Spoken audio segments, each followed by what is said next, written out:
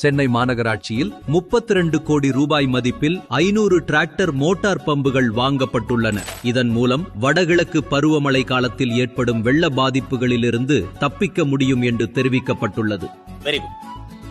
ஆனா எனக்கு புரியல.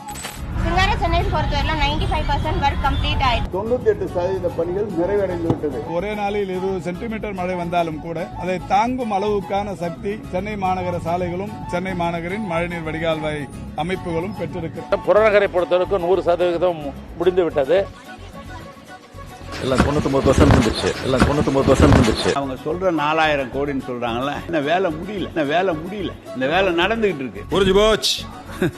4000 கோடி செலவு பண்ணியும் தேங்கி நிக்கிற மழை தண்ணி இந்த இயந்திரங்கள் வாங்கினதால மட்டும் தேங்காமையா இருக்க போது. அப்போ இந்த வருஷமும் நீச்சல் அடிக்கணும் போலயே. ஸ்டாலின் தான் வந்தாரு, நீச்சல் அடிக்க விட்டாருன்னு